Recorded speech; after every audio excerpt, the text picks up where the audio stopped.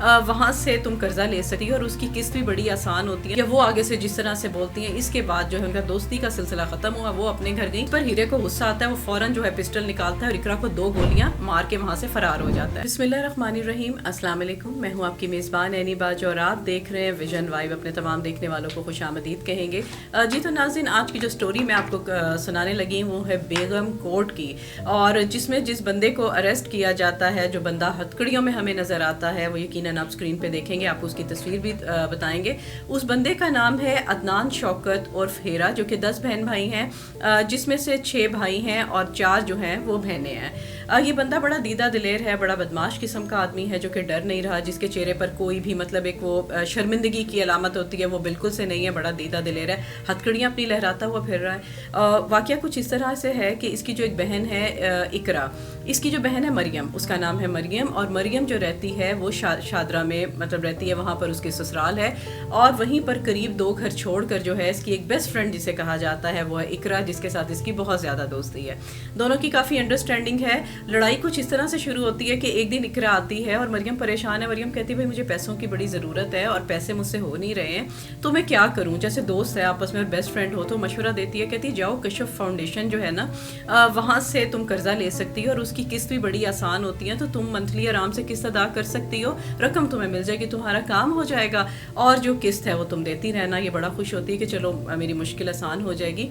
तो जो इकरा जो है वो गाइडर बनती है और ये आगे से जो है वो रकम अपनी वसूल करती है, वहाँ से उसे रकम मिल जाती है, उसका मसला हल हो जाता है। महीना गुजरता है तो कशफ फाउंडेशन से कॉल आती है कि भाई आपने वो पैसे देने हैं, आपकी किस्त नहीं आ रही है। 1 माह गुजरता है, दूसरा माह, तो आगे से कहती है भाई मेरे पास अभी पैसे नहीं है, जब मेरे पास पैसे होंगे तो मैं आपको दे दूंगी। वो लोग कहते हैं भाई किस्त तो आपको मंथली अदा करनी होती है, जब हमने पेमेंट कर दी है, जो आपके रूल्स एंड रेगुलेशन है उसके मुताबिक जो है वो आपको रकम देनी है। आगे से वो बदतमीज़ी करती है, कहती नहीं पैसे क्या कर लोगे, और मैं नहीं अभी दे सकती, जब पैसे होंगे तो वो फिर मैं अदा करूँगी।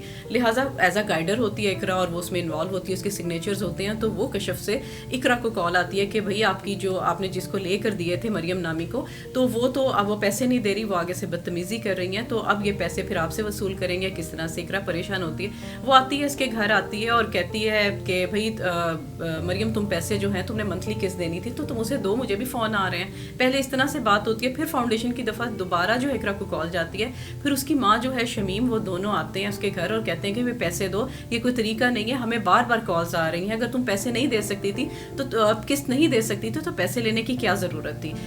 तो वो आगे से जो है आपस में बहस शुरू हो जाती है और बहस जो है बदतमीज़ी में तब्दील हो जाती है, गालम गलोच शुरू हो जाती है। वो कहती है नहीं देती क्या कर लोगे, या वो आगे से जिस तरह से बोलती हैं। इसके बाद जो है उनका दोस्ती का सिलसिला ख़त्म हुआ, वो अपने घर गई।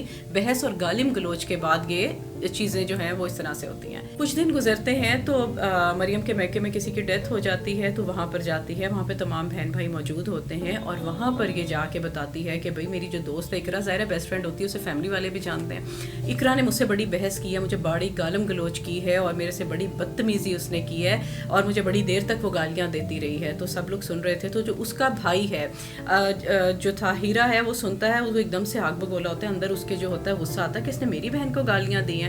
वो कुछ कहता नहीं है, सारी बात सुनता है और उसके बाद थोड़ी देर बाद उठ के वो इकरा के घर चला जाता है। इकरा के घर जाता है तो उसकी माँ दरवाज़ा खोलती है, शमीम कहती है भाई तुम क्यों आए हो। कहता है कि आपने मेरी बहन से बदतमीज़ी की है। उसने कहा हाँ बदतमीज़ी की है, क्योंकि पैसे नहीं दे रही थी और कशफ फाउंडेशन से हमें कॉल्स आ रही थी।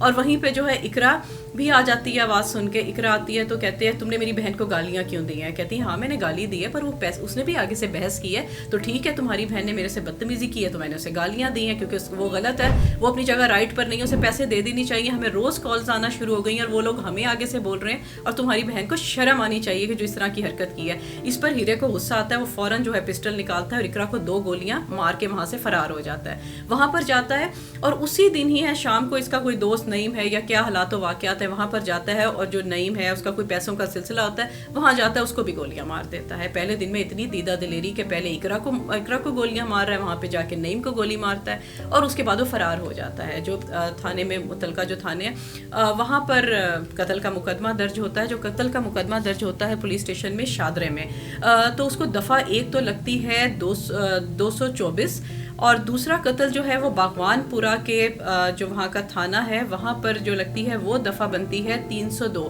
یہ دو جو مقدمے ہیں وہ درج ہو جاتے ہیں ہیرے پر، اور اس کے بعد جو ہے اشتہاری ملزم بنایا جاتا ہے اور پولیس ریڈ کرتی ہے اور آخر کار جو ہیرا گرفت میں آ جاتا ہے. جب وہ پکڑا جاتا ہے تو وہ اس کے پاس مختلف صحافی آتے ہیں، جیسے پروگرامز ہوتے ہیں، تو اسے پوچھا جاتا ہے کہ بھئی تم یہ اس طرح سے ہتھکڑیاں لگی ہوئی ہیں اور تمہارے چہرے پہ کوئی ندامت نہیں ہے، شرمندگی نہیں ہے، تم نے کس طرح سے ایک بے گناہ اقرا کو مطلب وہ گولیاں مار دی، ادھر سے تم نے نعیم کو جو ہے وہ قتل کر دیا. اقرا جو ہے اس کو جب گولیاں لگتی ہیں اسے لے کر جایا جاتا ہے ہسپتال، لے کر جایا جاتا ہے، ریسکیو 1122 پہ کال کی جاتی ہے، وہ وہاں پر جاتی ہے، پر ہاسپٹل میں اس کی کنڈیشن جو ہے وہ آہستہ آہستہ بہتری کی جانب ہے، جبکہ نعیم فوری طور پر موقع پر ہلاک ہو جاتا ہے. اسے پوچھا جاتا ہے تو وہ آگے سے ہتھکڑیاں جو ہیں وہ لگی ہوئی ہیں، اس کے چہرے پہ کوئی ندامت نہیں ہے، تو وہ کہتا ہے کہ تم نے اقرا کے ساتھ جو بدتمیزی کی ہے یہ تم نے بڑا غلط کیا اور تم نے لے کے سیدھی سیدھی گولیاں مار دی ہیں. تو وہ بڑا جو ہے نا بڑا دیدہ دلیری کے ساتھ جو ہے وہ آگے سے کہتا ہے کہ بھئی یہ جو میں نے گولیاں ماری ہیں اور جو یہ ہتھکڑیاں ہیں، مجھے اس چیز پر مطلب کوئی بھی شرمندگی نہیں ہے،